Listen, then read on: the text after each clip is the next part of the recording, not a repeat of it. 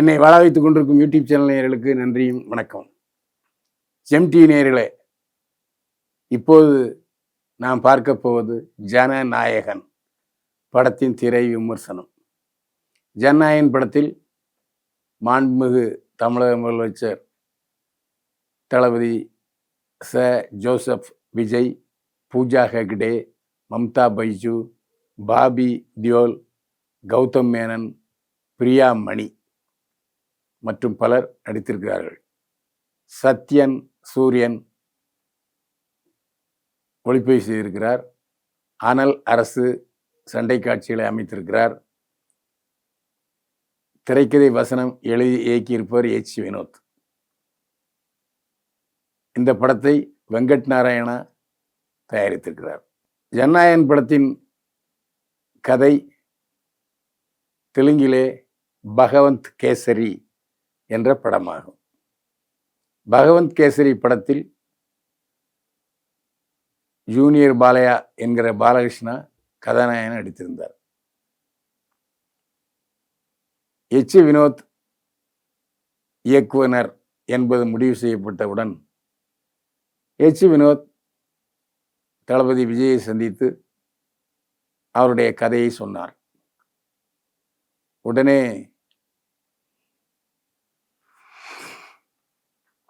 விஜய் பதிலுக்கு, இந்த கதை வேண்டாம், பகவந்த் கேசரி பாருங்கள், அதை பார்த்த பின்பு கதை திரைக்கதை வசனம் எழுதுங்கள், நீங்களே அந்த படத்தை டைரக்ட் பண்ணுங்கள் என்று சொன்னார்.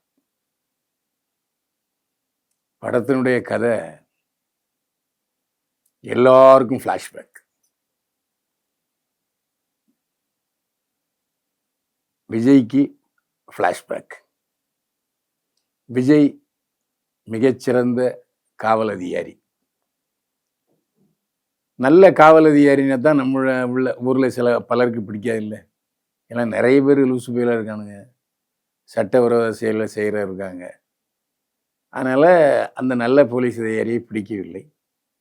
எனவே அவர் ஜெயிலில் அடைக்கப்படுகிறார். ஜெயிலில் அவரை மீறி எந்த கதையும் நடக்காது. எத்தனை பேர் வந்தாலும் அடிச்சு நுறுக்கி படுத்திடுவார் தளபதி விஜய். அங்கு அதிகாரியாக பணியாற்றுபவர் சிறைத்துறை அதிகாரி கௌதம் மேனன். கௌதம் மேனனுக்கு ஒரு ஃப்ளாஷ்பேக். கௌதம் மேனனுடைய மனைவி இறந்து விடுவார். ஒரு ஷாக்கில் அவர் இறந்துடுவார்.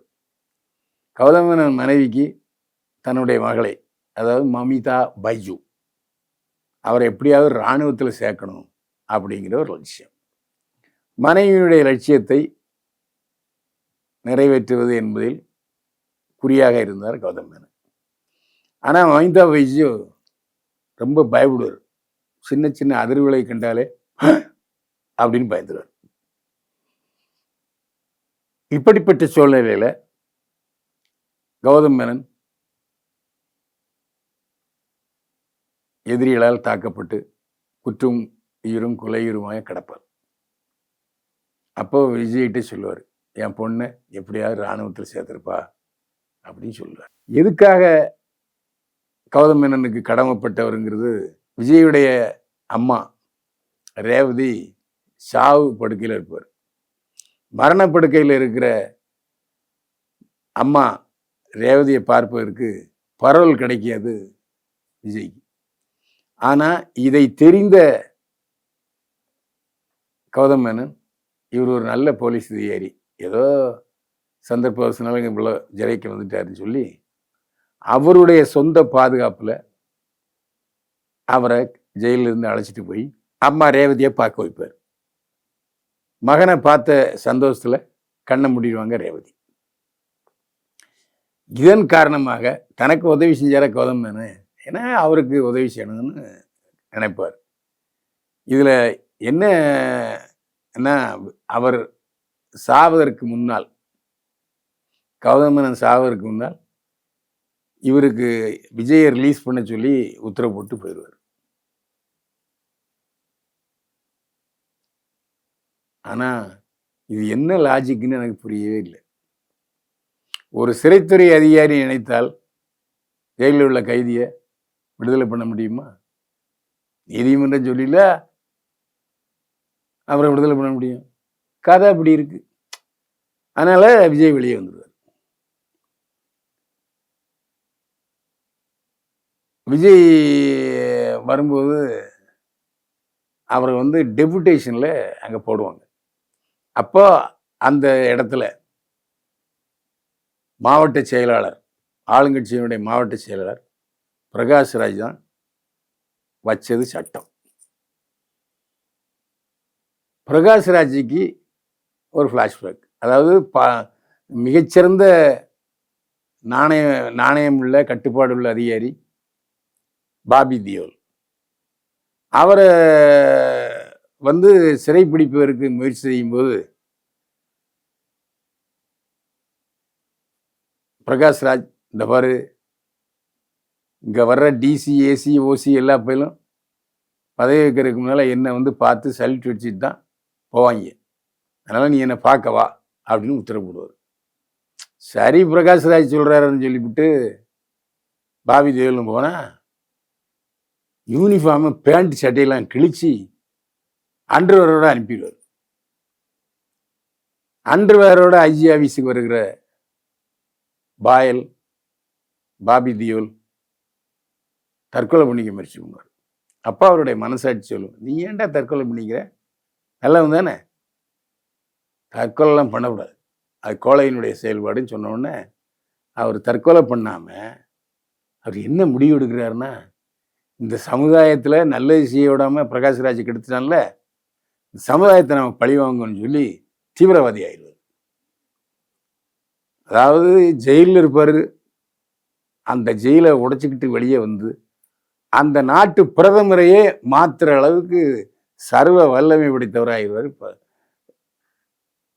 பாபி தியோல்.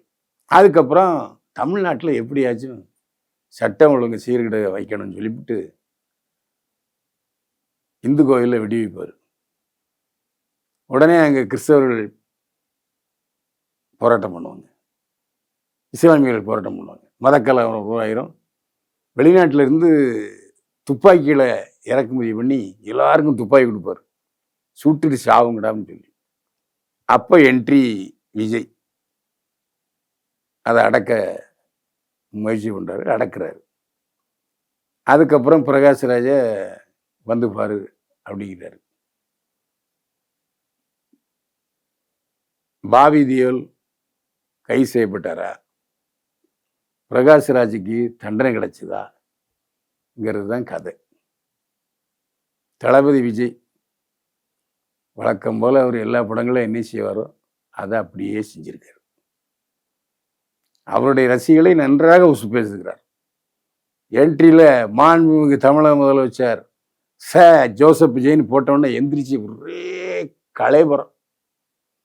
பல வசனங்கள் கேட்க முடியல, ஏன்னா அவ்வளவு ஆரவாரம் எல்லா தியேட்டர்கள்லையும்.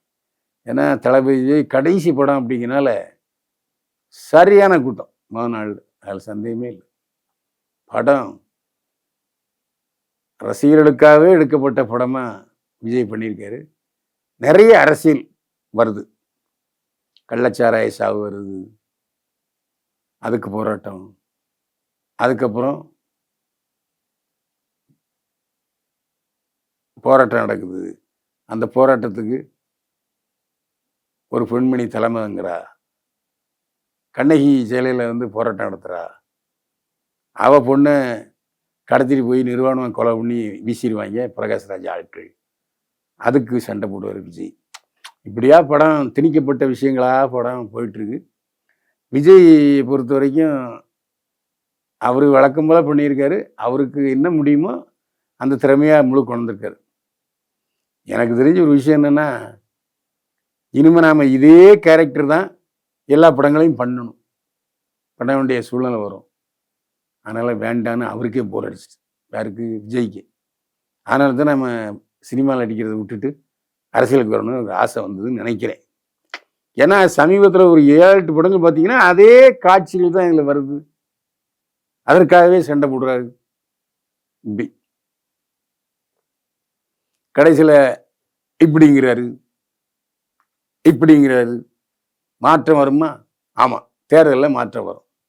கடைசி சீனில் சொல்கிறாரு. அதுக்கப்புறம் ஏற்கனவே அவர் நடித்த வெற்றி படங்களில் உள்ள ஷார்ட்ஸ்லாம் போட்டு சுபம்னு முடிச்சிடுறாங்க. இந்த படத்தை 2வது தடவை பார்க்குறதுக்கு கொஞ்சம் கஷ்டம்தான். அதில் எந்த சந்தேகம், ரிப்பீட் ஆடியன்ஸ் வர்றது கஷ்டம். இந்த படத்தினுடைய கதாநாயகி பூஜா ஹெக்டே, ஜவுளி கடை பொம்மை. கட்டாயமாக ஒரு படத்துக்கு ஒரு கதாநாயகி வேணுமே, ஒரு டான்ஸாவது கண்டிப்பாக வேணுமேங்கிறதுக்காக பூஜா ஹெக்டேயே போட்டிருக்காங்க. நடிக்கிறதுக்கு வாய்ப்பே இல்லை. தேமையேன்னு அப்பப்போ சில சீனில் வந்துட்டு போகிறாரு. ஆனால் நடிப்பதற்கான அடித்தளம் நிறைய மமிதா பைஜுக்கு தான். தங்கச்சியாக நல்லா ஸ்கோர் பண்ணியிருக்காரு, நல்லா நடிச்சிருக்காரு. அவர் இப்போ சிரிக்கிறது அழகாக இருக்குது. அதே மாதிரி அந்த ரவுடிகள்கிட்ட மாட்டிக்கிட்டு, எதிரிகளை மாட்டிக்கிட்டு பாவம் கத்தும் போதும் வேதனைப்படும் போதும் ரொம்ப நம்முடைய இரக்கத்தை முழுமையாக வாங்கிக் கொள்கிறார் மமிதா பைஜ்.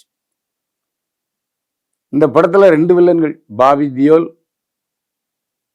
பிரகாஷ்ராஜ்.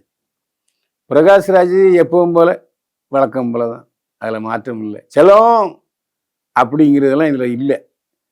இன்னும் பிரகாஷ்ராஜ் இப்படி அப்படி அடக்கி வாசிருக்காரு அப்படின்னு தோணுது. பாபி தியோல் மிரட்டல்.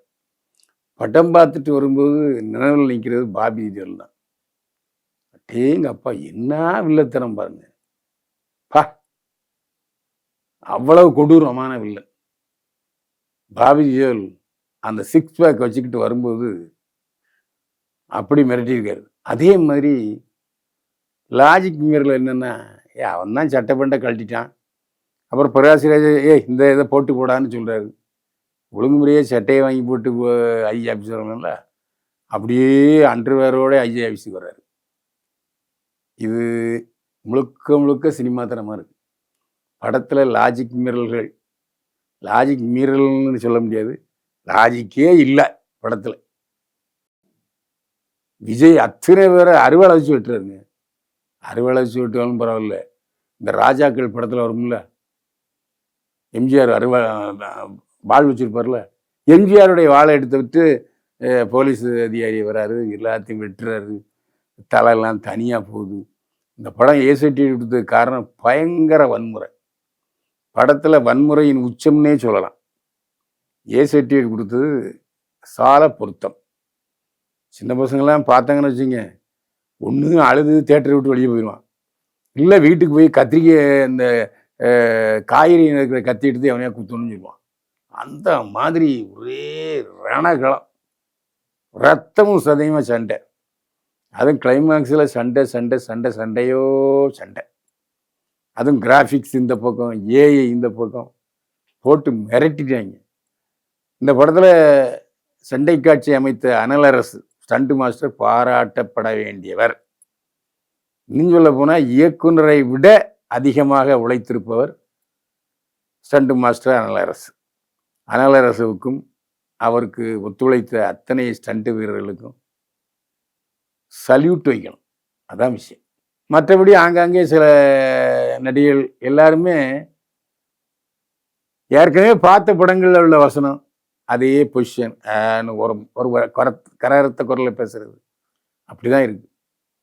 இந்த படத்தில் ஏடா புதுசாக இருக்குன்னா, புதுசாவா அட போங்க சார் அப்படின்னு சொல்கிற மாதிரி இருக்கு. எல்லாமே பழசு, அதர பழசு. பார்த்த காட்சிகள், பார்த்த வசனங்கள் கொஞ்சம் சிரமமாக தான் இருக்கு.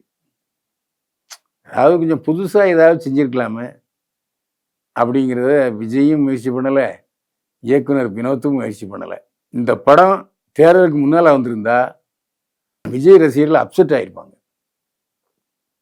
இந்த இப்போ வந்த எம்எல்ஏக்கள் கூட வந்திருக்க முடியாது. நல்ல வேளை தேர்தலில் வெற்றி பெற்று தளபதி ஜோசப் விஜய் முதல்வர் ஆனதுக்கு அப்புறம் இந்த படம் வந்துச்சு. அதான் உண்மை. தேர்தலுக்கு முன்னால் இந்த படம் வந்திருந்தா ஒர்க் அவுட் ஆகிருக்காது என்பது வெட்ட வெளிச்சமாக தெரியுது. ஜனநாயகன் விஜய் கடைசியாக நடித்த படம் என்பதால் குடும்பத்தோட ஒரு இடம் பார்க்கலாம். குடும்பத்தோடன்னு எப்படி, சின்ன பசங்களை விட்டு போக முடியாது. பிலோ 18 உள்ளவங்களாம் உள்ள விட மாட்டாங்க. நாகர்கோவிலில் தியேட்டரில் பள்ளிக்கூடத்து பசங்க 50 பேர் இருந்தால் துடைச்சி விட்டாங்க. அந்த மாதிரி ஆயிரும். அதாவது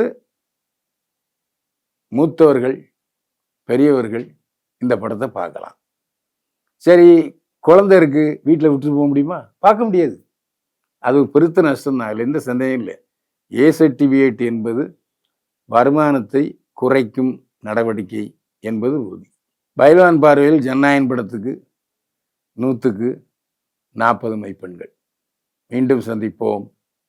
வாழ்க வளமுடன்.